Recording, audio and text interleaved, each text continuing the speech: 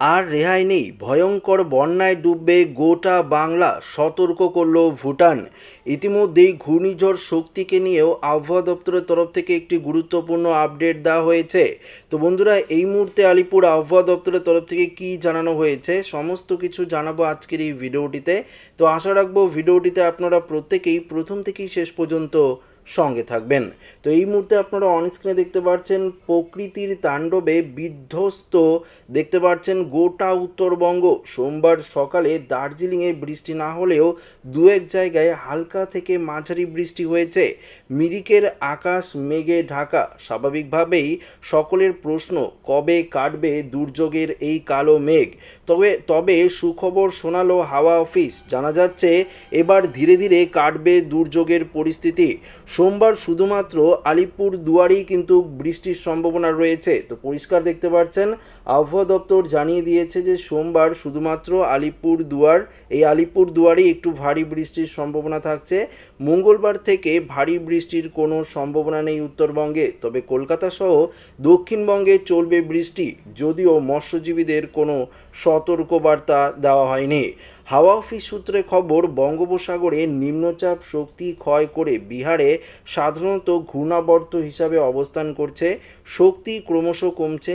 এই ঘূর্ণাবর্ত থেকে ওড়িশা পর্যন্ত একটি অক্ষরেখা রয়েছে, যেটি ঝাড়খণ্ডের ওপর দিয়ে গেছে। এর প্রভাবেই আজ সোমবার ও মঙ্গলবার বিক্ষিপ্তভাবে বজ্র বিদ্যুৎ সহ ভারী বৃষ্টির সম্ভাবনা রয়েছে দক্ষিণবঙ্গে।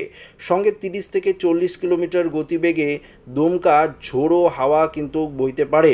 তবে আবহাওয়া দপ্তর জানাচ্ছে সোমবার বৃষ্টির সম্ভাবনা বেশি থাকবে বীরভূম, মুর্শিদাবাদ, নদিয়া, উত্তর ও দক্ষিণ 24 পরগনা জেলায়। তবে মঙ্গলবার বৃষ্টির সম্ভাবনা বেশি থাকার সম্ভাবনা রয়েছে 2 পরগনা, পাশাপাশি পূর্ব ও পশ্চিম মেদিনীপুর। এদিকে বুধবার কলকাতা, হাওড়া, হুগলি, নদিয়া, ঝাড়গ্রাম, পূর্ব ও পশ্চিম মেদিনীপুর এবং উত্তর দক্ষিণ 24 পরগনা জেলায় বজ্র বিদ্যুৎ সহ বৃষ্টিপাতের সম্ভাবনা থাকছে। বৃহস্পতিবার থেকে বৃষ্টি কিন্তু কিছুটা কমবে, এমনটাই কিন্তু আবহাওয়া দপ্তরের পূর্বাভাস। তবে জানা গিয়েছে ধীরে ধীরে স্বাভাবিক ছন্দে ফিরবে উত্তরবঙ্গ। অতি ভারী বৃষ্টির সম্ভাবনা নেই।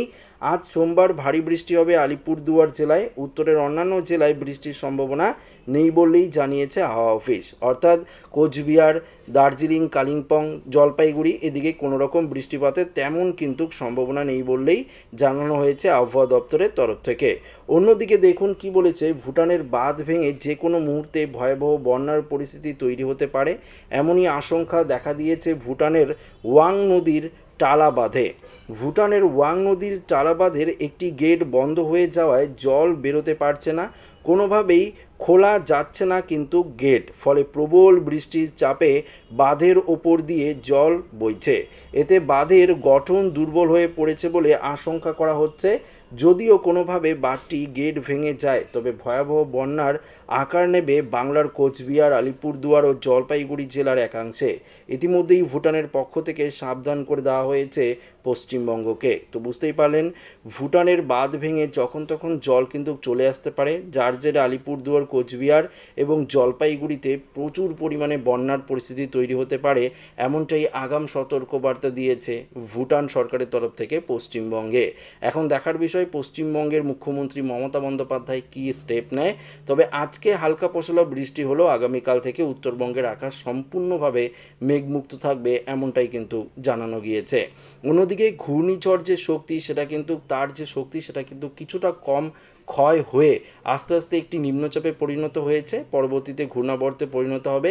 এই ঘূর্ণিঝড় শক্তির কোনো প্রভাব আমাদের ভারতবর্ষে আর পড়বে না বলেই জানিয়েছে আবহাওয়া দপ্তর। তো আশা করি ভিডিওটি প্রত্যেকের ভালো লেগেছে।